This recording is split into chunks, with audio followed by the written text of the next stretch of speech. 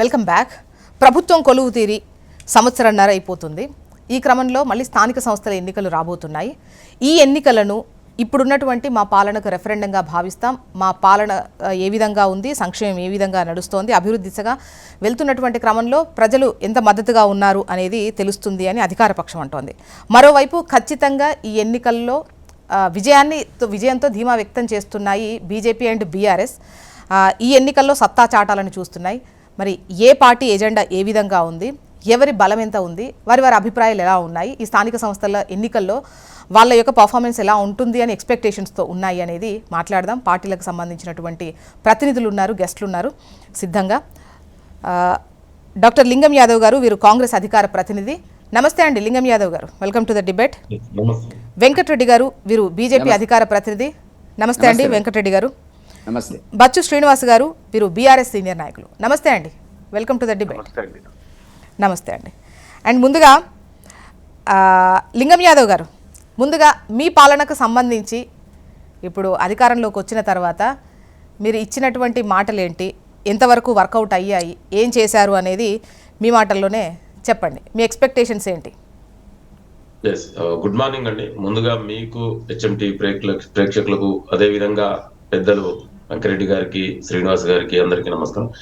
Definite గా ఇవాళ కాంగ్రెస్ ప్రజాప్రభుత్వం గౌరవనీయ ముఖ్యమంత్రి రేవంత్ రెడ్డి గారి ఆధ్వర్యంలో ఇవాళ సంవత్సరాల కాలంలోనే మేము ఇచ్చినటువంటి గ్యారంటీలు ఏదైతే మేనిఫెస్టోలో పెట్టామో దానికి అనుగుణంగానే ఇవాళ మేనిఫెస్టో అమలు చేసుకుంటూ అభివృద్ధి, సంక్షేమము, సామాజిక న్యాయమే ధ్యేయంగా ఇవాళ ప్రజాప్రభుత్వం ఇవాళ ప్రజలకు అందుబాటులో ఉంటూ ఇవాళ ప్రజాస్వామ్యబద్ధంగా సెక్రటరియట్ లో పరిపాలన జరుగుతుంది.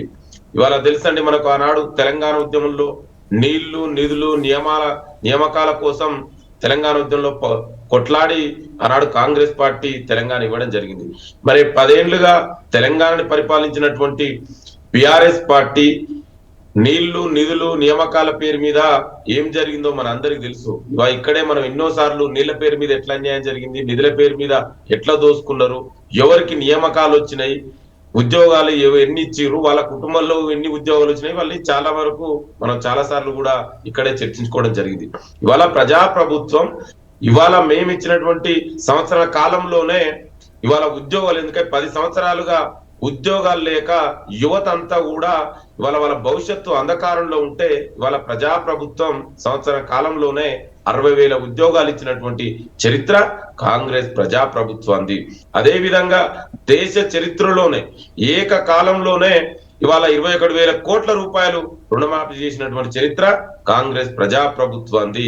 ఇవాళ ప్రభుత్వం ఏర్పడి 24 గంటలు దాటక ముందే ఇవాళ 2 గ్యారంటీలు, ప్రధానంగా మహిళలకు ఇవాళ ఉచిత బస్ ప్రయాణం గాని, రాజీవ్ ఆరోగ్యశ్రీ ఇవాళ 10 లక్షలకు పెంచడం గాని, అదే విధంగా మొన్ననే మీరు చూశారు సన్న ఓట్లకు 500 రూపాయల బోనసు, సన్న బియ్యం ఇవాళ ప్రతి పేదవాడు కూడా మధ్యతరగతి పేద అని తేడా లేకుండా అందరూ కూడా సన్న బియ్యం ఇవాళ అందుబాటులో ఉండాలని ఇవాళ సన్న బియ్యం పంపిణీ కార్యక్రమం. ఇవాళ అదే విధంగా ఆనాడు కేసీఆర్ ఏమన్నాడండి, ఇవాళ డబుల్ బెడ్రూమ్లు ఇల్లు కట్టిస్తా, కోడలు వస్తే ఎక్కడ ఉంటది, అల్లుడు వస్తే ఎక్కడ ఉంటారు అని చెప్పారు. కానీ ఎక్కడ కూడా ఇవాళ వాళ్ళు డబుల్ బెడ్రూమ్ ఇల్లు ఇవ్వలే. ఇవాళ ప్రజాప్రభుత్వం మీరందరూ చూశారు, ఇవాళ నియోజకవర్గానికి దాదాపు 3,500,000కు పైగా ఇవాళ ఇంద్రమ్మ ఇండ్లు. అదే విధంగా ఇవాళ దేశ చరిత్రలోనే ఎన్నో సంవత్సరాలుగా ఇవాళ అపష్కృతంగా ఉన్నటువంటి ఇవాళ సామాజిక న్యాయాన్ని పాటించాలి. మొదటిసారిగా ఒక డెడికేషన్ కమిషన్ వేసి ఒక సైంటిఫిక్ గా ఇవాళ క్యాస్ట్ సెన్సస్ చేసి తద్వారా బీసీలకు రిజర్వేషన్ ఇవ్వాలి 42% అని ఇవాళ అసెంబ్లీలో బిల్లు పాస్ చేసి అది కేంద్రానికి కూడా పంపించడం జరిగింది.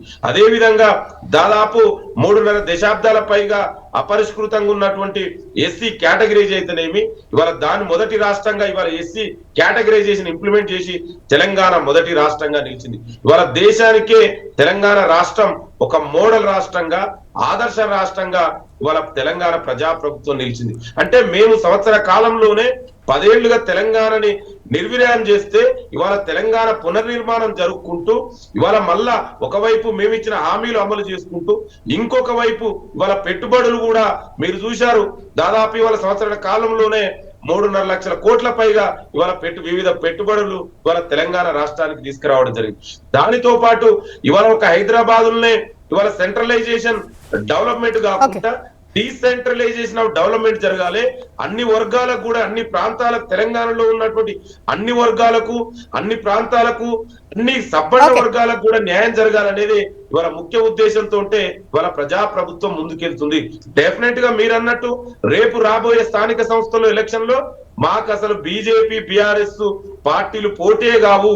మేము చేసినటువంటి సంవత్సరాల కాల చూద్దాం, అంటే వాళ్ళ కాన్ఫిడెన్స్ వాళ్ళకు ఉంటుంది కదా, మీరు పోటీ కాదంటున్నారు. మరి బీజేపీ కాన్ఫిడెన్స్ అంటే వెంకటరెడ్డి గారు చెప్తారు, అంటే వెంకటరెడ్డి గారు చెప్తారు అభివృద్ధి సంక్షేమమే మమ్మల్ని ప్రజలు గెలిపిస్తారు. ఇవాళ రైతులు, మహిళలు, యువత, బడుగు వర్గాలు, అన్ని పేదలు అందరూ కూడా ఇవాళ తెలంగాణ ప్రజా ప్రభుత్వం వైపు ఉన్నారు. డెఫినెట్ కూడా 90% పైగా రేపు జరగబోయే స్థానిక సంస్థల ఎలక్షన్ లో కాంగ్రెస్ పార్టీ మెజార్టీ సీట్లు గెలుస్తుంది. ఓకే వెంకటరెడ్డి గారు చెప్పండి మేడం. చెప్పాలి, మీరే చెప్పాలి మీ కాన్ఫిడెన్స్ ఏంటో స్థానిక సంస్థల ఎన్నికల్లో. ఇగో ఇది మేడం వాళ్ళ కాంగ్రెస్ కు సంబంధించినటువంటి మేనిఫెస్టో, 42 పేజీల మేనిఫెస్టో. దీంట్లో 37 అంశములు విషయ సూచికలు చెప్పినారు. 6 గ్యారంటీలు కాకుండా అనేక అంశాలు అందంగా రాసినారు. నేను కూడా వాళ్ళకు అందమైన కలరు, బ్లూ కలర్ ఇచ్చే రెడీ చేసి పెట్టుకున్నా. నేను ఏమంటున్నా అంటే ఏ ప్రభుత్వమైనా కూడా ఎన్నికలకు ముందు ఇచ్చినటువంటి హామీలలో కనీసం 80% అన్నా 75% అన్నా అమలు చేసినట్టయితే అది ఆ ప్రభుత్వానికి ఒక గుర్తింపు ఉంటుంది, ప్రజల్లో ఒక ఆదరణ ఉంటుంది, ప్రజలు గౌరవిస్తారు, మళ్ళొకసారి అధికారం ఇవ్వడానికి ప్రయత్నం చేస్తారు. కానీ తెలంగాణలో ఏర్పడ్డటువంటి రేవంత్ రెడ్డి గారి అధ్యక్షతన ఏర్పడ్డటువంటి కాంగ్రెస్ ప్రభుత్వం అనేటువంటిది అనేక హామీలు నమ్మకం లేనటువంటివి, అమలు చేయలేనటువంటిది, ఊహాజనితమైనటువంటిది, ఓట్ల కోసం, సీట్ల కోసం హామీలు ఇచ్చి ఇవాళ బొక్కబోర్ల పడ్డ తర్వాత డైవర్ట్ పాలిటిక్స్ని చేసేటువంటి క్రమం లోపల ఆయన విజయవంతమవుతున్నటువంటి పరిస్థితి మనకు కనపడుతున్నటువంటిది. దాంట్లోనే 42% అనేటువంటిది ముందు వెనక ఆలోచన లేకుండా ఇచ్చి ఇప్పుడు దాంట్లో తడబడుతూ బీజేపీని కేంద్ర బిందువుగా విమర్శించేటువంటి పరిస్థితికి మంత్రులు రావడం అనేటువంటిది చాలా ఆశ్చర్యాన్ని కలిగిస్తున్నటువంటి అంశం. దానికి చట్టం సంబంధం లేదు. వాళ్ళు ఏం చేసినారు, కామారెడ్డిలో ఏం చెప్పినారు, రాహుల్ గాంధీతో ఏం చెప్పించినారు. నిన్న కూడా రాహుల్ గాంధీ గారు మాట్లాడుతున్నటువంటిది ఏం మాట్లాడుతున్నది, ఒక బలహీనమైన స్టేట్మెంట్. మేము ఉన్నప్పుడు చేస్తే బాగుండేది. అవును, మీరు ఉన్నప్పుడు చేస్తే బాగుండేది, మీరు చేయలే. ఇవాళ మీరు దేశంలోనూ రాష్ట్రంలోనూ అనేక రాష్ట్రాలు, 3 రాష్ట్రాలకు పరిమితమైనరు. ఆ హిమాచల్, కర్ణాటకలో మీరు ఏం చేసినారో బీసీలకు చెప్పాలా, ఇక్కడ ఏం చేస్తున్నారు అనేది చెప్పాలా. మీరు ఇవాళ దేశంలో చాలా విపరీతమైనటువంటి భారతీయ జనతా పార్టీ పోటీకి తట్టుకోలేనటువంటి పరిస్థితి లోపల ఇవాళ మీరు మాట్లాడుతున్నది ఏంటంటే మోదీ గారి మీద కామెంట్స్ చేస్తున్నారు. నిన్న చేసిన కామెంట్స్ ఏంటంటే మోదీ గారి మీద, మోదీ గారి దగ్గర ఏమీ సత్తా లేదు, ఆయన ఊకే షో పుట్టపు, ఇదా మాట్లాడాల్సినటువంటిది. మోదీ గారి పేరు కూడా తీసుకొని ఇంతవరకు నేను చెప్తున్నాను, మోదీ గారు రాహుల్ గాంధీ గారి పేరు తీసుకొని ఇంతవరకు 10 సంవత్సరాల్లో మాట్లాడలేదు. అది ఆయనకు ఉండేటువంటి గొప్ప గౌరవం, సంస్కారం అనేటువంటిది గుర్తుపెట్టుకోవాలా. మేమేమంటున్నామంటే ఇవాళ మీరు ఇచ్చిన హామీలు ఏందో చెప్పండి. మీరు బాగా పెద్దగా ప్రచారం చేస్తున్నారు కదా, ఏది రైతు రుణమాఫీ అనేది. రైతు రుణమాఫీ నా వెంట రండి చూపిస్తా. కడతాల్లో, మా పక్కన కడతాల్లో ఎంతమంది రైతులకు రాలే, ఒక కుటుంబంలో 4 ఉంటే మేడం, తండ్రి ఒక్కరికి ఇచ్చినారు రైతు రుణమాఫీ. మీ అంచనా ప్రకారం మీ ప్లస్లు ఏమనుకుంటున్నారు, ప్రభుత్వంకు ఏది మైనస్ అయ్యే అవకాశం ఉందనుకుంటున్నారు? అన్ని వాళ్ళు ఇచ్చినటువంటి హామీల మీద ప్రజలు తీర్పులు ఇస్తున్నారు. నేను ఏది ప్లస్ అనేది కాదు, తీర్పులు ఇస్తూనే ఉన్నారు కదా. లోకసభలో ఇచ్చినారు కదా, మాకు అసెంబ్లీలో 16% ఓట్లుంటే 37% ఓట్లు అయినాయి కదా లోక్సభలోకి వచ్చేటప్పటికి. మేము ఈ మధ్యన ఎమ్మెల్సీలు మేము గెలవడం జరిగింది కదా బ్రహ్మాండంగా. మున్సిపల్ ఎన్నికలలో, టీచర్ ఎమ్మెల్సీలో రకరకాల. వెంకటరెడ్డి సార్, ఈ పార్లమెంట్ ఎన్నికలకు సంబంధించి ముఖ్యంగా క్షేత్రస్థాయిలో ఈ స్థానిక ఎన్నికలకు సంబంధించి చాలా ఫరక్ ఉంటుంది కదా. ఆ 2 జాతీయ పార్టీల మధ్య పోటీ అన్న విధంగానే దాన్ని చూస్తారు. దేశ ప్రయోజనాలు, అక్కడ ఎవరుంటే మనకు రాష్ట్రానికి సంబంధించి చూస్తారు, ఈ లెక్కలు మాత్రమే చూస్తారు. కానీ ముఖ్యంగా ఈ పథకాలు కావచ్చు, లేదంటే పాలన ఏ విధంగా ఉంది, ఊరెట్లుంది, రోడ్ ఎట్లు ఉన్నాయి, ఈ లెక్కలలోనే స్థానిక ఎన్నికలు వెళ్తాయి కదా. మీరు అన్నట్టు మోదీ గారి నాయకత్వం లోపల దేశాన్ని తెలంగాణతో సహా చూస్తారు. మోదీ గారి పరిపాలన తప్పకుండా తెలంగాణలో డబుల్ ఇంజన్ సర్కార్ కోసం ప్రజలు ప్రయత్నం చేస్తున్నారు. ఇప్పుడు 2 చూస్తున్నారు, బీఆర్ఎస్ చూసినారు, వాళ్ళు చూసినారు, వీళ్ళ నుంచి అయ్యేటట్టు లేదనే అభిప్రాయంలో స్లోగా ప్రజలు ఒక నిర్ణయానికి వచ్చినటువంటి సందర్భాన్ని కనపడుతున్నటువంటిది. మేము ఇచ్చినటువంటి ఏవైతే వాళ్ళు ఇచ్చినటువంటి స్కీములు ఏవైతే ఉన్నాయో అన్ని అట్టర్లీ ఫెయిల్యూర్ అయినట్టు. ఉద్యోగాలు 2 లక్షల ఉద్యోగాలు ఇస్తామన్నారు సంవత్సరం లోపల, ఇచ్చినారా అని మేము అడుగుతున్నాము. ఉద్యోగస్తులకు పెన్షన్ ఇచ్చేటట్టు లేదు. ఉద్యోగస్తులకు 10 లక్షల కుటుంబాలు ఉన్నాయి, పెన్షనర్స్, ఉద్యోగస్తులు. వాళ్ళకి సంబంధించినటువంటిది బీఆర్ఎస్ గవర్నమెంట్ ఉన్నప్పుడు 3 కరువు భత్యాలు డ్యూ ఉన్నాయి, ఇప్పుడు 5 అయినవి. వాళ్ళకి సరిగ్గా ఏం వచ్చేటట్టుగా కనపడతలేదు. వాళ్ళు సమావేశం అవుతున్నారు. కాబట్టి అన్ని వర్గాల లోపల అసంతృప్తి ఉంది. నేను అడుగుతున్నది ఏంటంటే, మీరు 2 లక్షల ఉద్యోగాలు ఏ పద్ధతిలో ఇస్తామన్నారు? ఏదో 50,000 60,000 ఇచ్చిన కొట్టి సాకులు చెప్తున్నారు. ఇవాళ ఎప్పుడు ఇస్తారు? కాబట్టి మేము అంటున్నటువంటి పరిస్థితి ఏంటంటే, ఏది కూడా పాలనకు వచ్చేటప్పటికి 1/1 అనేటువంటిది వాళ్ళకు చేయలేదు. ఇప్పుడు రైతుకు సంబంధించినటువంటి విషయాలకు వచ్చేటప్పటికి అనేక సమస్యలు ఉన్నాయి. రైతులకు ఇన్పుట్ సబ్సిడీలు కానీ, లేకపోతే వాళ్ళకి సంబంధించినటువంటి పంట నష్టం కానివ్వండి, కొన్ని ప్రాంతాల్లో కరువు పరిస్థితులు ఇప్పుడు కూడా నెలకొన్నటువంటి పరిస్థితుల వల్ల ప్రభుత్వం ఏమీ చేసే పరిస్థితి లేదు. విద్యాలయాల్లో అట్లాగే జరిగింది. విద్యారంగంలో చేసింది ఏందో చెప్పండి. వాళ్ళు ఒక్క కొత్త ఇన్స్టిట్యూషన్ పెట్టలే. రిక్రూట్మెంట్ ఇంతవరకు ఉస్మానియా యూనివర్సిటీ చెప్పినారు కదా, ఆయన వేయలేదు కేసీఆర్ గారు. ఉస్మానియా యూనివర్సిటీలో రిక్రూట్మెంట్ జరిగిందో చెప్పమనండి. అక్కడి నుంచే వచ్చినాడు కదా మన డాక్టర్ లింగం యాదవ్ గారు. అక్కడి నుంచి వచ్చినాడు కదా. ఇంతవరకు జరగలే. 2 సంవత్సరాల పీరియడ్ అయిపోతుంది. కాలం గడుపుతున్నారు. కాలం గడిపేటువంటి పద్ధతి లోపల, మాటలు చెప్పేటువంటి పద్ధతి లోపల ఆనాడు కేసీఆర్ పాలన మీద ప్రజలకు విరక్తి ఉంది కాబట్టి, అసంతృప్తి ఉంది కాబట్టి రేవంత్ రెడ్డిగా మాట్లాడారు, కొంత అట్రాక్ట్ అయితే అయి ఉండొచ్చు. కానీ వాళ్ళు అదే మాటలు మాట్లాడుతున్నారు. అదే మాటలు మాట్లాడితే ప్రజలు ఏమనుకుంటున్నారు తెలుసా? అరే అధికారంలోకి వచ్చిన వాళ్ళు మళ్ళీ అదే మాట్లాడుతున్నారు. అధికారం లేనాడు అదే మాట్లాడినారు. చేతిలో అధికారం ఉంది కూడా చేయలేనటువంటి నిస్సహాయ పరిస్థితుల లోపల ప్రభుత్వం, కాంగ్రెస్ ప్రభుత్వం వచ్చింది అనేటువంటి ప్రజల్లో అనేక అంశాల లోపల ఉన్నటువంటి వాళ్ళ సర్వేలు వాళ్ళకి తెలుసు. ఆ సర్వేలు తెలుసు కాబట్టి బీసీ స్థానిక సంస్థల ఎన్నికల్లో ఓడిపోతామనేటువంటి పద్ధతి లోపల ప్రజలు వాళ్ళు అనుకున్నారు. ఇప్పుడు మీరు చెప్పినట్టుగా ఏంటంటే, మోదీ గారు కేంద్ర ప్రభుత్వం పార్లమెంట్ ఎన్నికలు కాదు, ఇవాళ దేశం మొత్తం మోదీ గారి పాలన వైపు చూస్తున్నారు. మోదీ గారి పాలన ఇక్కడ కూడా తీసుకురావాలి. అన్ని రాష్ట్రాల్లో 20 రాష్ట్రాల్లో ఎట్లయితే బీజేపీ పాలిత ప్రాంతాల్లో ఉన్నాయో తెలంగాణలో కూడా తేవాలనేటువంటి ఒక ఖచ్చితమైన నిర్ణయంలో ప్రజలు ఉన్నారు. ఆ కొనలో మేము ప్రయత్నం చేస్తున్నాము. మేము చెప్పిన నిన్న మా ప్రెసిడెంట్ గారు కూడా చెప్పిండ్రు, వీళ్ళు అంటున్నారు కదా 42% బీసీలకు మేము కూడా ఇస్తాం సీట్లు అనేటువంటి పద్ధతి చెప్పండి. మేము కూడా ఛాలెంజ్ చేయడం జరిగినటువంటిది. కాబట్టి దమ్ము ధైర్యం ఉంటే వాళ్ళు ఎన్నికలు పెట్టండి. ఎన్నికలు పెట్టి మీరు గెలుస్తారా ఓడతారా అనేటువంటిది ప్రజల దగ్గరికి వెళ్తే ఎవరు గెలుస్తారంటే. శ్రీనివాస్ గారు ఏంటి, వాట్ అబౌట్ బీఆర్ఎస్? మొట్టమొదట హెచ్ఎంటీవీ వీక్షకులకు, మీకు అక్కడ ఉన్నటువంటి వెంకటరెడ్డి గారికి, లింగం యాదవ్ గారికి అందరికి కూడా నమస్తే. నమస్తే. ఈ గడిచిన ప్రభుత్వ పాలన 20 నెలల పాలనలో ప్రభుత్వము ఇచ్చినటువంటి హామీలను, ప్రభుత్వము ఇచ్చినటువంటి గ్యారంటీలను ఏది కూడా నిలబెట్టుకోలేకపోయింది. ఈరోజు మనం చూస్తున్నాం, ప్రభుత్వం కాంగ్రెస్ ప్రభుత్వం వచ్చిన తర్వాత అందరు ఏమనుకున్నారంటే, మాకు 4,000 రూపాయల పెన్షన్ వస్తుంది, కౌలు రైతులకు డబ్బులు వస్తాయి, రైతు కూలీలకు డబ్బులు వస్తాయి, రైతు భరోసా, మూడు పంటలకు 3 సార్లు, 2 సార్లు కాదు 3 సార్లు నేను 16,000 ఎంతో ఇస్తాని అన్నారు. అదే 16,000 ఎక్కడ పోయిందో, 2 పంటలు ఎక్కడ పోయిందో, 3 పంటలు ఎక్కడ పోయిందో, ఆఖరికి ప్రభుత్వం వచ్చిన తర్వాత 2 సార్లే ఇచ్చింది ఇప్పటి వరకు. వాళ్ళు చెప్పినటువంటి రైతు రుణమాఫీ చాలా గొప్పగా మేము చేస్తాము, ఇలా ఎవరిలైతే బాకీ లేరో ఎలక్షన్స్ అయిపోగానే నేను వచ్చి ఫస్ట్ నేను మాఫీ చేస్తా, పోయి తెచ్చుకోపోరు మీరు, రుణమాఫీ అవుతుందని, ప్రతి ఇంట్లో ఎంతమంది ఉంటే అంతమందికి చేస్తామని చెప్పి, వాస్తవానికి రైతు రుణమాఫీ 14,000 కోట్లే చేసారు. వాళ్ళు 18,000 కోట్లు ఏదో చెప్తున్నారు. వాస్తవానికి 40,000 కోట్ల రూపాయల రుణమాఫీ చేయాల్సి ఉండగా దాన్ని చిట్ట చివరికి 14,000 చేసి 15,000 అని చెప్పుకునేటువంటి పరిస్థితిలో ఉంది. ల్యాండ్ ఆర్డర్ ప్రాబ్లం కూడా మీరు చూస్తున్నారు. రైతు బీమాను వాళ్ళు ఇంప్లిమెంట్ చేయట్లేదు. రైతు ఆత్మహత్యలు అయితే వాళ్ళకి ఎవరికి వస్తున్నటువంటి పరిస్థితి లేదు. కళ్యాణ లక్ష్మి కానీ, లేకపోతే షాదీ ముబారక్ కానీ, లేకపోతే ఇంతకు ముందు ఉన్నటువంటి కేసీఆర్ కిట్ లో ఇచ్చేటువంటి స్థానంలో వేరే కొత్తది ఏది ఇవ్వకపోగా అసలు ఆ పథకాన్ని ఆపివేసినటువంటి పరిస్థితి. నీటిని సాగుకు సరిగ్గా నదుల నుంచి వదలకపోవడము, అటు కాళేశ్వరం నీటిని ఎత్తిపోయకపోవడము, రైతులకు నీళ్లు సకాలంలో ఇవ్వలేని పరిస్థితి, సంపద సృష్టించుకోలేని పరిస్థితి.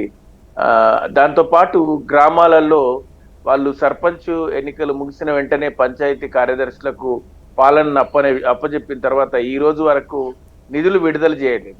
పల్లె ప్రగతి, పట్టణ ప్రగతి పేరిట బ్రహ్మాండంగా గ్రామాలలో మేము పల్లె ప్రకృతి వనాలు, పట్టణాలలో పట్టణ ప్రకృతి వనాలు ఇవన్నీ ఏర్పాటు చేసినటువంటి పరిస్థితిలో ఈరోజు కాంగ్రెస్ పార్టీ వచ్చిన తర్వాత పాలన గ్రామాలలో పడకేసింది.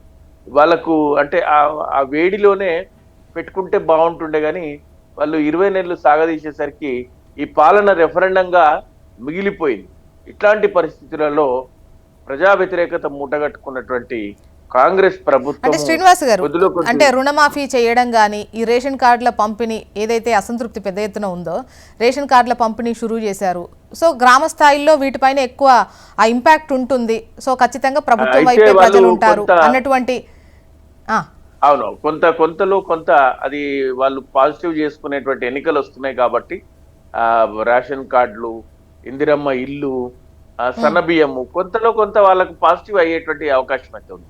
అట్లా అంతేగాని ఈ మొత్తానికి పంచాయతీ ఏదైతే పంచాయతీ పాలన ఉందో అదంతా కూడా ట్రాక్టర్లకు డీజిల్ లేకపోవడము, పంచాయతీలో పనిచేసే వాళ్లకు జీతాలు వేతనాలు ఇవ్వకపోవడము, మొత్తము పాలన అంతా ఆగిపోయింది. సో ఇప్పుడు వాళ్ళు ఒక మహిళలకి అదేంటి బస్సులలో ఉచిత ప్రయాణం పెట్టి అది కూడా ఒక పెద్ద కాంట్రవర్షియల్ గానే తయారైంది. ఎందుకంటే మహిళలు అనవసరంగా అక్కరున్నా లేకున్నా ప్రయాణం చేయడము, మగవారికి ఇబ్బంది కలగడము, రోజువారీ విధులకు వెళ్లే వాళ్ళకి ఇబ్బంది కలగడం, ఇట్లాంటివి జరిగినాయి. అంటే కాబట్టి శ్రీనివాస్ గారు, అది అన్ని చోట్ల కాదు కదా. మహిళలకు సంబంధించి ఇప్పుడు ఖచ్చితంగా బస్సులో వెళ్ళి పని చేసుకునేటువంటి వాళ్లకు బస్ పాస్ తీసుకోకపోయినా వాళ్ళకు సంబంధించి ఒక నెలకు ఎంతో కొంత అమౌంట్ ఒక విధంగా వాళ్ళకి శాలరీ పెరిగినట్టు కిందనే భావించారు కొంతమంది మహిళలు. మెజారిటీ ఆఫ్ అది వర్కౌట్ అయింది. ఈవెన్ మీ పార్టీలో కూడా కొంతమంది అంటే బస్సుకు సంబంధించి మాట్లాడినప్పుడు ఇది ఒకటే, అంటే ఉచిత బస్సు ఒక్కటే, మిగతా అన్ని తుస్సు అన్న కాడికి మాట్లాడారు అని అంటే మేబీ అదొకటి సక్సెస్ అయినట్టేనేమో కదా. పెద్ద నేతలే అన్నారు. ఉన్నప్పటికి కూడా బస్సు మహిళలకు ఉచిత బస్సు అనేటువంటిది కొంత వాళ్ళు ఇచ్చినటువంటి హామీలలో రుణమాఫీ ఒక 50% రుణమాఫీ చేయగలిగినరు. ఈ ఉచిత బస్సు ఒకటి ఇవ్వగలిగారు, మిగతా ఏవి కూడా చేయలేకపోయినారు. కాబట్టి ప్రభుత్వం మీద వ్యతిరేకత అయితే ఉంది. అయితే హైడ్రా గాని లేకపోతే వాళ్ళు తీసుకొచ్చినటువంటి మూర్తి సుందరీకరణ పేరిట ఖాళీ చేయించిన పరిస్థితులు కానీ, పేదవాళ్ళ ఇల్లు కూల్చివేసిన పరిస్థితి కానీ ఈ ప్రభుత్వానికి పూర్తి స్థాయిలో వ్యతిరేకత ఉంది. అయితే వీళ్ళు ఈరోజు ప్రజలలోకి వెళ్ళి అదేంటి ప్రజల వద్దకు ప్రజాపాలన పెట్టిండ్రు. ప్రజాప్రభుత్వము ప్రజల వద్దకు వెళ్ళి ప్రజాపాలన పత్రాలు స్వీకరించేటువంటి కార్యక్రమాన్ని కూడా పెట్టిండ్రు కదా. దాంట్లో కూడా ప్రభుత్వము బాగా వాటికి సమాధానాలు 2 సంవత్సరాలు అయినా కూడా 2 సంవత్సరాలు ప్రభుత్వం వచ్చిన కొత్తలో ఫిర్యాదుదారుల యొక్క సమస్యలు ఈ రోజు కూడా పరిష్కరించకుండా అంటే శ్రీనివాస్ గారు, ఆ దరఖాస్తులు అన్నీ కూడా ఓ రేషన్ కార్డు గురించో లేదంటే ఈ ఇందిరమ్మ ఆత్మీయ భరోసా లైక్ ఇటువంటి వాటి కోసమే తీసుకున్నాయి అనుకుంటా. మామూలుగా మిగతా స్థలాలు వాటికి సంబంధించిన అన్ని కూడా ఇక్కడికి వచ్చి తీసుకున్నట్టు అన్నారు. ఇక్కడికి వచ్చి కాంగ్రెస్ మిత్రులు ఏమన్నారంటే రెవెన్యూ సమస్యలు ఎక్కువగా వాటిలో ఎక్కువగా మాకు వస్తున్నాయి, భూమి పంచాయతీలు భూతగాదాలు వస్తున్నాయి, భూభారతితోని మొత్తం ప్రక్షాళన జరిగిపోతుంది అన్నారు. అది భూభారతి కూడా తీసుకొచ్చిండ్రు కానీ అదేమో దాంట్లో కొత్త ఫీచర్స్ ఏమి తీసుకురాలేకపోయినారు. పాత ఫీచర్స్ కంటిన్యూ చేసి పేరు మార్పు జరిగి అది ముందుకెళ్తుంది కానీ కొత్తగా ఏం లేదు. ఇప్పుడు ఏదో పంచాయతీల స్థానంలో విలేజ్ రెవెన్యూ అధికారులను వేసేటువంటి ప్రయత్నం ఏదో చేస్తుంది ప్రభుత్వం. పాత విఆర్ఓ అంటే శ్రీనివాస్ గారు, అంటే భూమికి సంబంధించి సరైన సర్వే లేకుండా అప్లికేషన్ ఇచ్చారు కదా అని చెప్పేసి అంత క్లియర్ చేయడం అవ్వదు. కొన్ని కోర్టు కేసులలో ఉంటాయి, అవి అంత ఈజీ అయితే కాదు కదా. ప్రభుత్వం అదే ఇప్పుడు ఒక మాటతోనో ఒక అధికారి వచ్చి సైన్ చేసి పోతేనో అయ్యే పని కాదు కదా. జోష్న గారు, నేను ఏమంటున్నా అంటే అయితదా కాదా అనేటువంటిది ప్రభుత్వానికి ఉన్న సమస్య. కానీ ప్రజలు ఏమనుకుంటారంటే ఫిర్యాదులు చేసినాము, పరిష్కారం కాలేదు, మా సమస్యలు అలాగనే ఉన్నాయి, అపరిష్కృతంగానే ఉండిపోయినాయి. వీళ్ళు అన్నారు ఏ సమస్య ఉన్నా 100 రోజులలో తీర్చేస్తాం, ఏ హామీలైనా 100 రోజులలో పూర్తి చేస్తాం, మేము మా పాలనకు. శ్రీనివాస్ గారు, 100 రోజులు వాళ్ళ 6 గ్యారెంటీలకే ఏ సమస్య అయినా కాదు. అయితే ఏదైనా చేస్తామని చెప్పిండ్రు కదా. వాళ్ళు ఇప్పుడు ప్రభుత్వంలోకి వచ్చిన తర్వాత ఏది కూడా చేయలేకపోయినారు.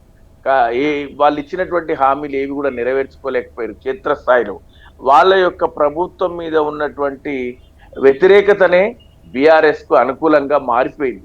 బీఆర్ఎస్ ఉన్నప్పుడు టెన్షన్ గా పెన్షన్ వచ్చేది, రైతు బంధు వచ్చేది, రైతు బీమా ఖచ్చితంగా వచ్చేది, ఇవన్నీ మా ప్రభుత్వ హయాంలో వచ్చేటివి. అయితే వాళ్ళు కొత్తగా ఒక ప్రాజెక్టు కూడా ఏది కూడా పూర్తి చేసిన సందర్భాలలో లేవు. కాబట్టి వీటన్నిటి దృష్ట్యా రాబోయే స్థానిక సంస్థలు, ఇంకోటి పంచాయతీ వ్యవస్థలో మాకున్న పట్టు కాంగ్రెస్ పార్టీకి లేదు.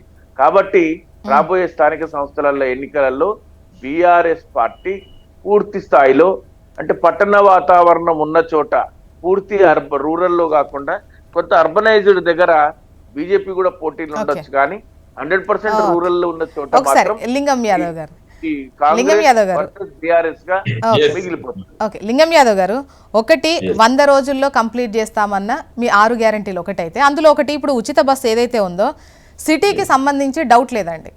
ముఖ్యంగా మహిళలు ఉద్యోగాలు చేసుకునేటువంటి వాళ్లకు సిటీలో బాగానే వర్కౌట్ అయింది అని అనిపిస్తుంది. ఎందుకంటే వాళ్ళు బస్ పాస్ తీసుకోవడం కావచ్చు, వెళ్ళడం రావడం ఇదంతా ఒక 2000 వరకు వాళ్ళకి ఆదా అయినట్టే, డౌట్ లేదు. బట్ ఊళ్ళల్లో అంత వర్కౌట్ అవుతుందా అనేది ఒకటి. అండ్ రేషన్ కార్డుకు సంబంధించి ఇంతకుముందు శ్రీనివాస్ గారు అన్నారు వర్కౌట్ అవ్వచ్చు. బట్ మిగతా ఏవైతే రైతు భరోసా ఇచ్చేటువంటి భరోసాకు సంబంధించి 2 ఇవ్వకుండా 1 ఇవ్వడం, అది పరిమితంగా ఇవ్వడం, రుణమాఫీకి సంబంధించి చేశారు, అది 50-50గా ఉంది, అంటే పూర్తి స్థాయిలో చేశారంటారు కొంతమంది, చెయ్యలేదంటారు, రాని వాళ్ళకు సంబంధించి చాలా ఈక్వేషన్స్ ఉన్నాయి. సో 2 పార్టీలు కూడా ధీమాగా ఉన్నాయి. ఈ అసంతృప్తి ప్రజల్లో ఉంది, ఊళ్ళల్లో ఉంది, కాబట్టి మా వైపు ఉంటారు, మాకే వేస్తారు ఓటు అనేది బీఆర్ఎస్ బీజేపీలో ఉంది. అసంతృప్తి తెలంగాణ ప్రజల్లో లేదండి, బీఆర్ఎస్ నాయకుల్లో ఉంది. ఎందుకంటే వాళ్ళు ఫ్రస్ట్రేషన్ లో అధికారం కోల్పోయిన తర్వాత ఆ కల్వకుంట్ల కుటుంబానికి ఆ బీఆర్ఎస్ నాయకులకు ఉంది తప్ప తెలంగాణ ప్రజలు ఎక్కడ లేదు. నేను అదే చెప్తున్నా, 10 ఏళ్లల్లా మీ పరిపాలనని కంపేర్ చేయండి, తెలంగాణని పరిపాలించిన బీఆర్ఎస్ పాలన 11 సంవత్సరాలుగా కేంద్రంలో అధికారంలో ఉన్నటువంటి నరేంద్ర మోడీ బీజేపీ తెలంగాణకి ఏం చేసిందో అది చెప్పండి. సంవత్సరాల కాలంలో మేమేం చేసినా ఇవాళ తెలంగాణ ప్రజలే తెలుస్తారు కదా.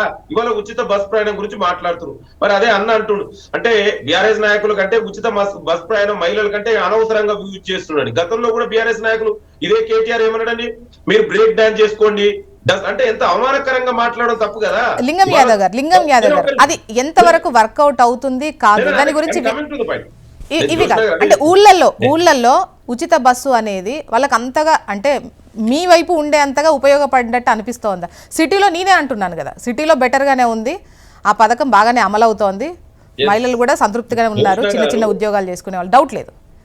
100% ఉచిత బస్ ప్రయాణం అనేది మహిళలకు ఆర్థిక స్వాలంబన, ఆర్థిక చేయూత వచ్చింది. బహుశా ఇవాళ అంటే కేసీ కవితారావు గారు బస్సును ఆర్టీసీ బస్సును యూజ్ చేయకపోవచ్చు, కానీ సామాన్య మధ్య తరగతి పేద వర్గాలు వాళ్ళందరికీ చాలా అవసరం అండి. బహుశా ఆ అమౌంట్ వాళ్ళకి దాన్ని పొదుపు చేసుకొని పిల్లలకు విద్యా ఖర్చుల మీదనో ఆరోగ్యం మీదనో ఇంకా ఇతర విషయాలు ఇంకెక్కడ పొదుపు చేసుకుంటారు. ఆ అమౌంట్ వాళ్ళకి బీఆర్ఎస్ నాయకులకు శ్రీనివాస్ గారు తీసుకుంటా.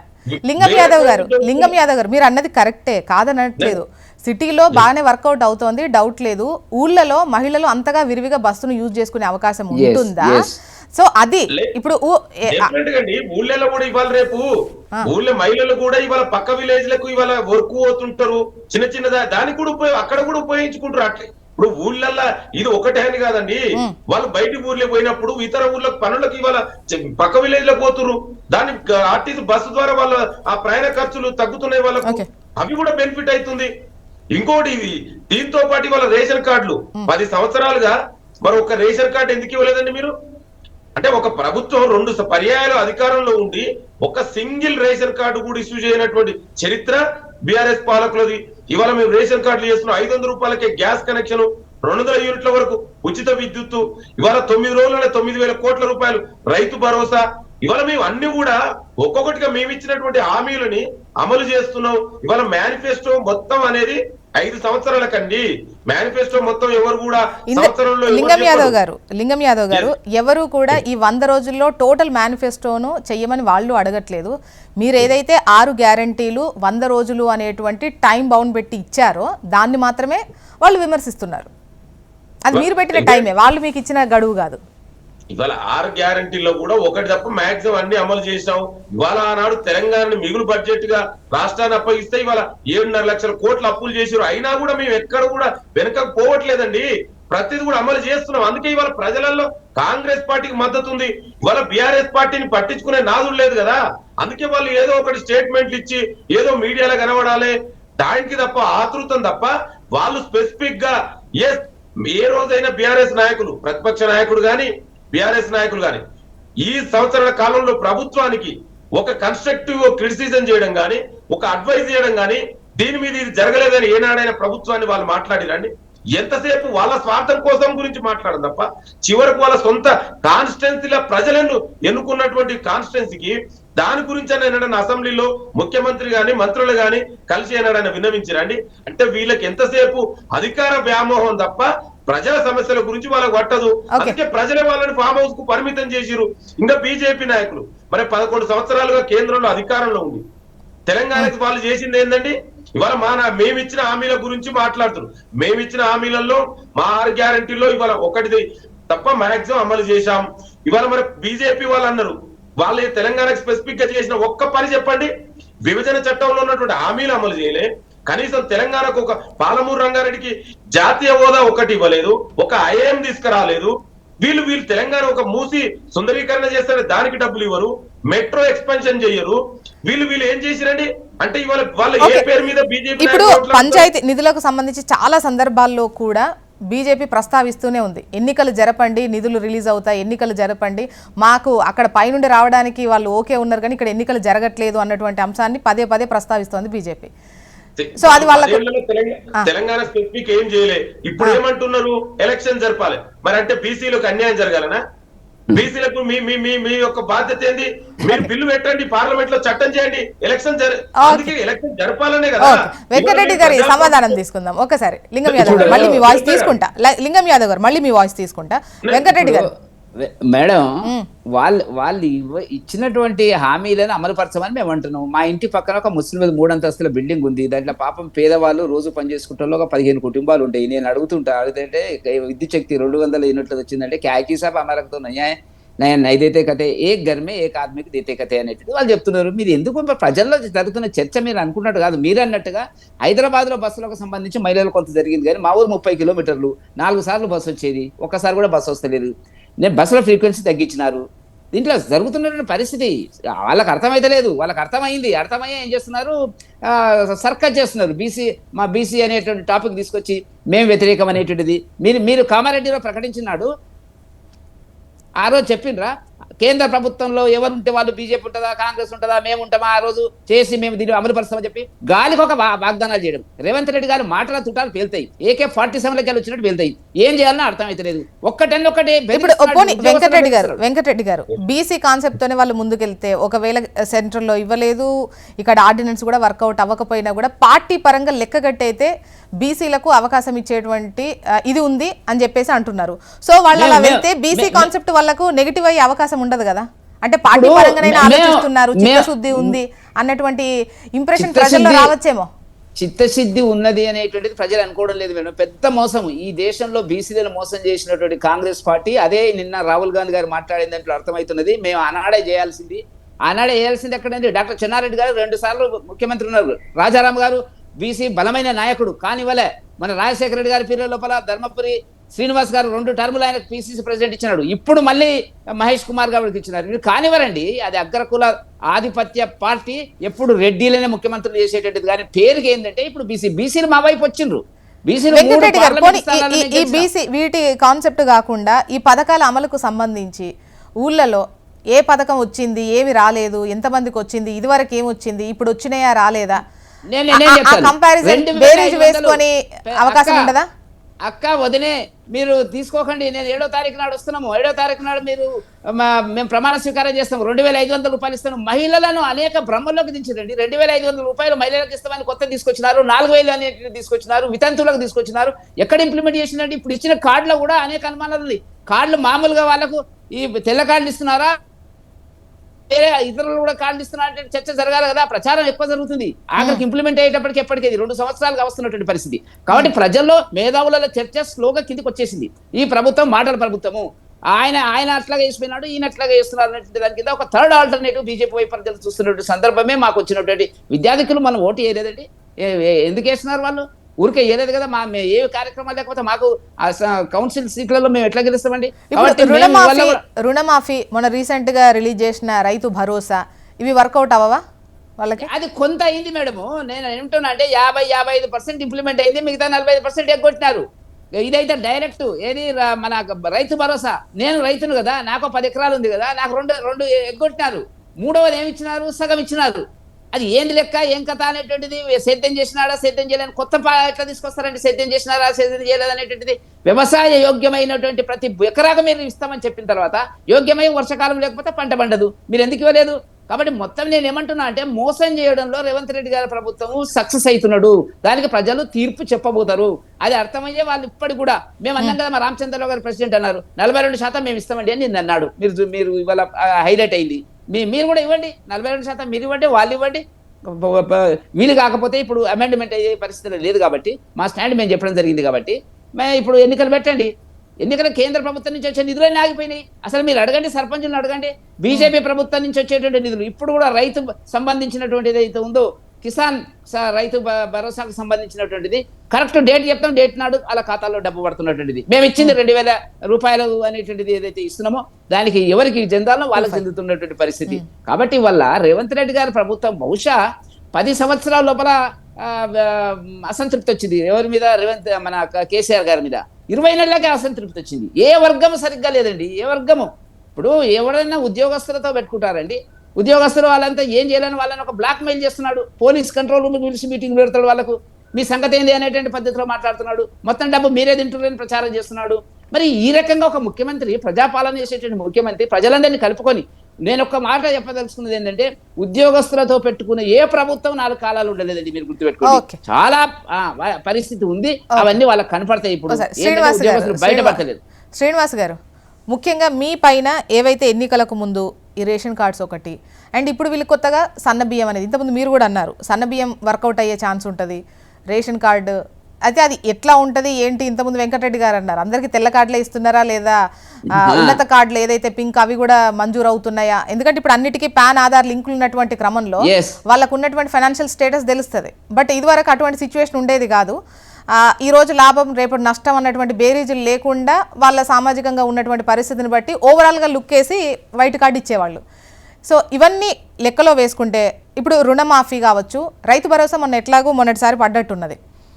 సో ఇవి కాంగ్రెస్ కు ప్లస్ అవుతాయి. అంటే సగం వర్కౌట్ అవుతుంది అంటున్నారా? అంటే నేను చెప్తున్నా, అంటే ఇప్పుడు ప్రజల్లో ఒక ఆలోచన వచ్చిందంటే ఇక ఇయర్ ఇప్పుడు మరి వర్షాకాలం పంట వచ్చింది కదా, ఇయ్యాలి కదా. ఇప్పుడు ఎక్కడ దాని గురించి మాట్లాడుతున్నారా? ఓకే, శ్రీనివాస్ చెప్పాలి మీరే. అంటే ఎంతో కొంత అంటే ఉన్నటువంటి తక్కువ టైంలో రాష్ట్ర ఆర్థిక పరిస్థితి ఈ విధంగా ఉంది, జనాలకు అర్థమవుతోంది, ప్రభుత్వం దగ్గర అంతగా డబ్బులు లేవు, బట్ అయినా కూడా మ్యాక్సిమం ట్రై చేసి ఇస్తున్నారు అనేది జనాలకు అర్థమవుతోంది. ఇక్కడ ఇబ్బంది అంతా బీజేపీ బీఆర్ఎస్కే ఉంది అని చెప్పేసి కాంగ్రెస్ అంటోంది.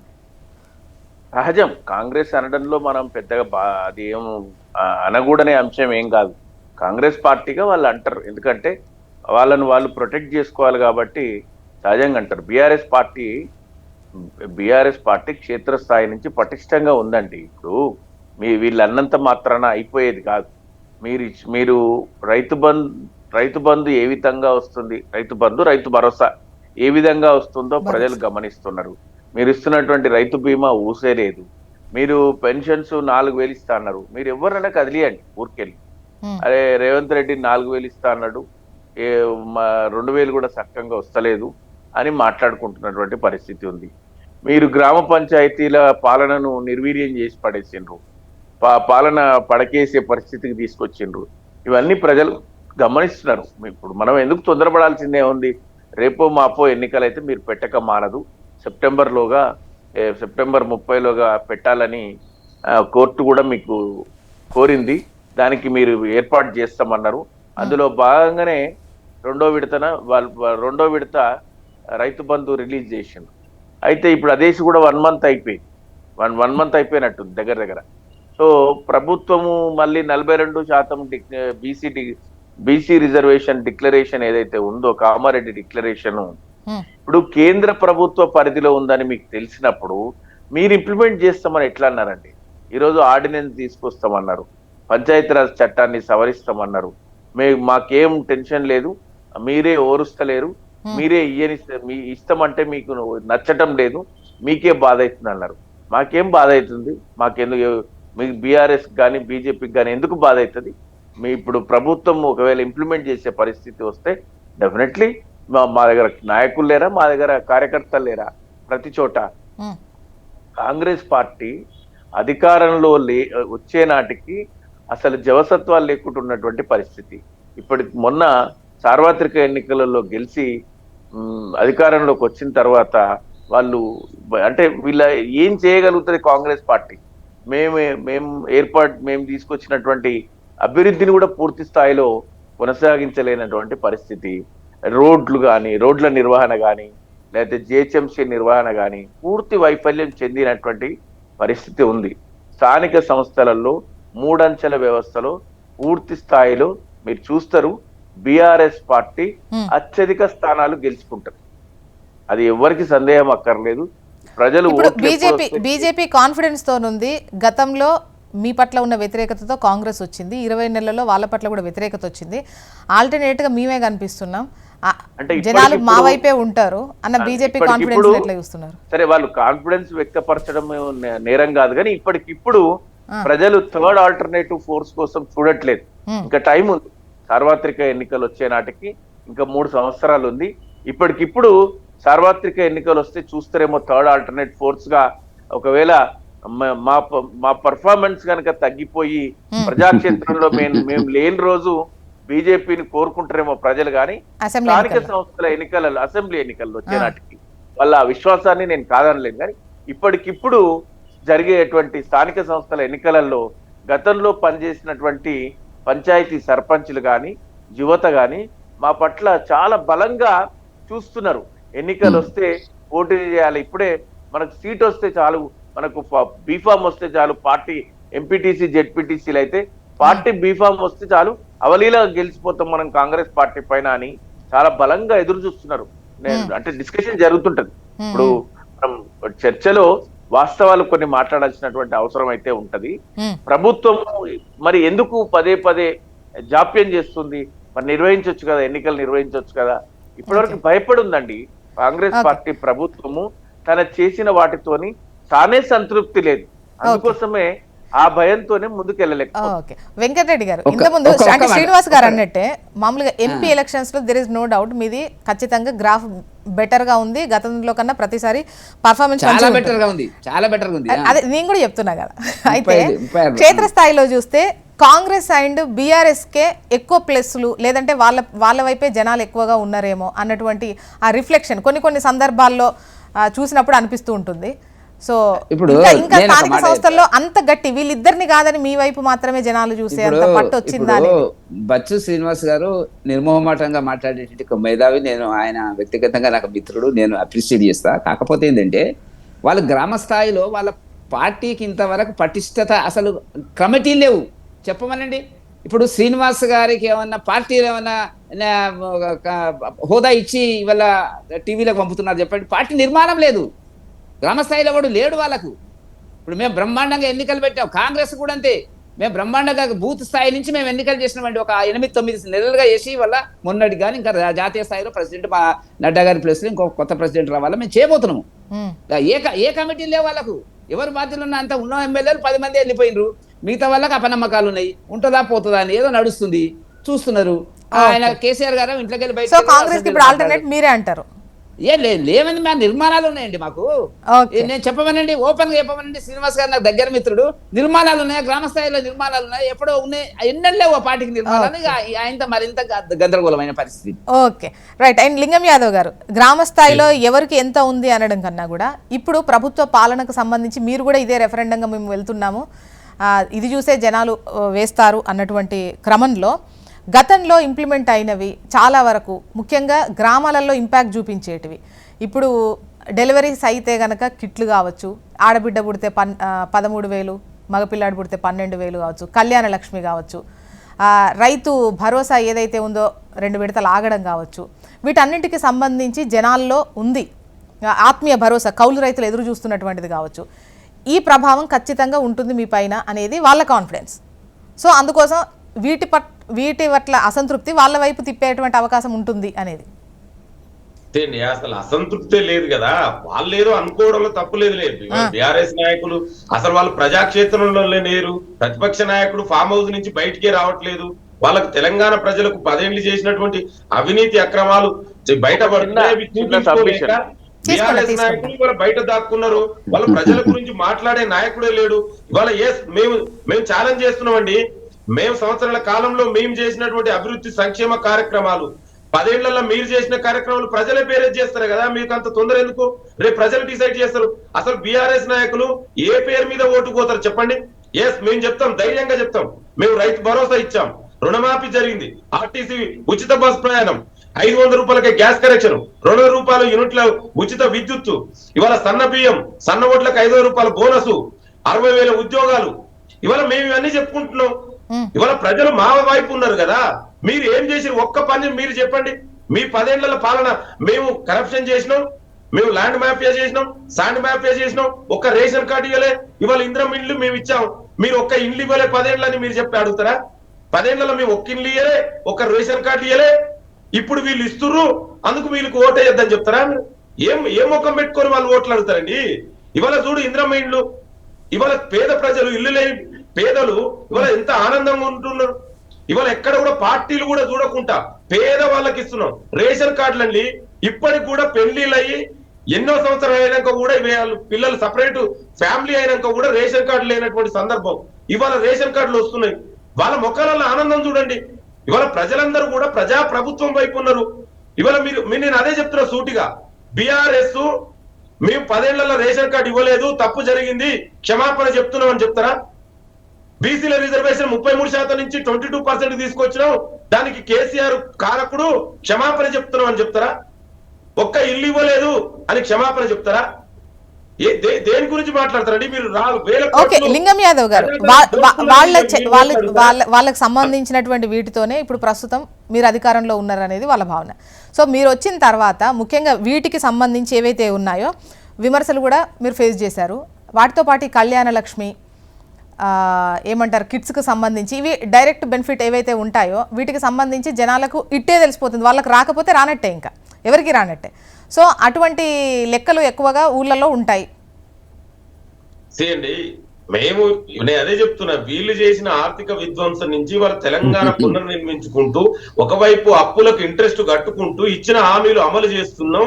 ఇవాళ ఏదైతే నెసెసరీ ఉందో ఇవాళ రైతులను ఆదుకోవాలి, వాళ్ళకి ఇవాళ అందుకే ఆదుకున్నాం. ఇవాళ ఏదైతే నెసెసిటీ ఉందో ఆ బేస్ పేరు మీద ఇవాళ ప్రజలకు ఇవాళ పథకాలు అందిస్తున్నాం. ప్రజలు కూడా అర్థం చేసుకున్నారు, వీళ్ళు గతంలో చేసినటువంటి దుర్మార్గాల వల్ల ఇవాళ ఈ పరిస్థితులు వచ్చినాయి, అందుకే అవన్నీ అర్థం చేసుకున్నారు. అందుకే ఇవాళ ప్రజా ప్రభుత్వం వైపు ఉన్నారు. ఎక్కడ కూడా ప్రజలు అసంతృప్తి లేరండి. డెఫినెట్ కూడా ఇవాళ కాంగ్రెస్ పార్టీ వైపు ఉన్నారు. కనీసం బీజేపీ బీఆర్ఎస్ నాయకులు ఏం చేస్తారని బీజేపీ నాయకులు కూడా ఓట్లు అడుగుతున్నారు. ఏం చేసిరని అడుగుతారని చెప్పండి.